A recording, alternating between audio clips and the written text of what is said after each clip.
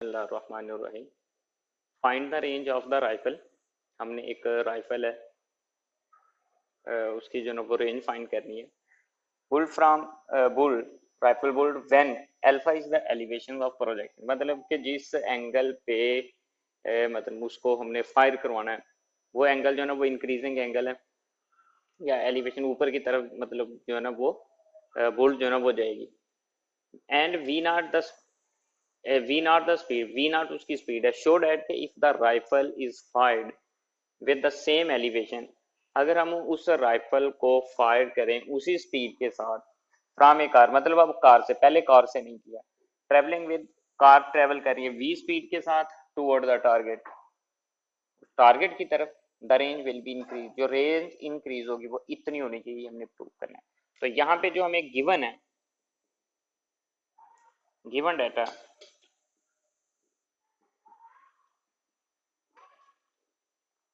v naught is the speed and alpha is the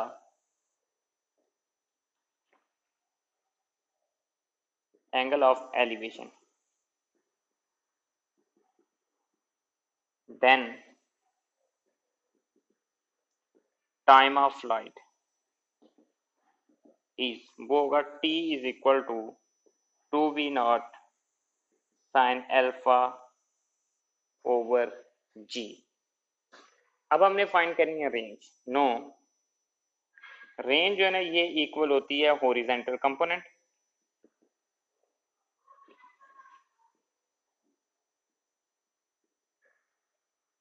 multiply with time of flight. Range जो होगी यहाँ पे जब उसकी स्पीड v नॉट है वो होगी v not cos alpha multiply with time of flight 2v not sin alpha over g। तो रेंज आ जाएगी, इसका नाम हम R1 रख लेते हैं, ये इक्वल होगी 2v not square sin alpha cos alpha over g। इसके बाद अब हमने उसकी रेंज फाइंड करनी है तब जब वो कार में बैठ के फायर करेगा। Let R2 be the range when fire from car moving with speed v, the horizontal component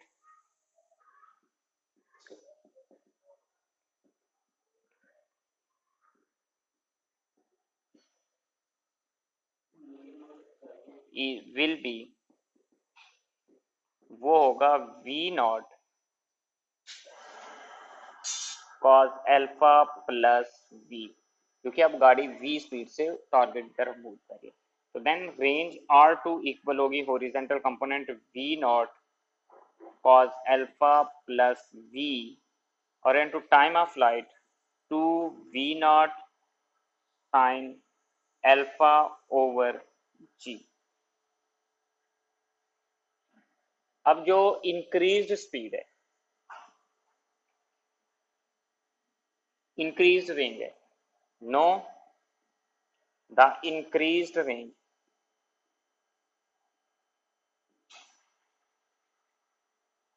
वो होगी R, ये इक्वल होगी R2 माइनस R1।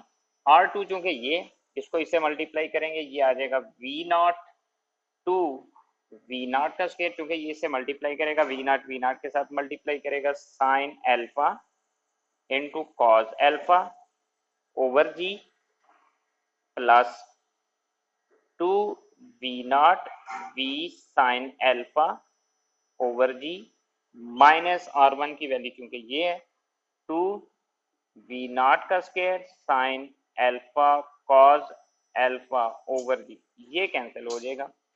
R आ जाएगा 2v naught v sine alpha over g is the required increase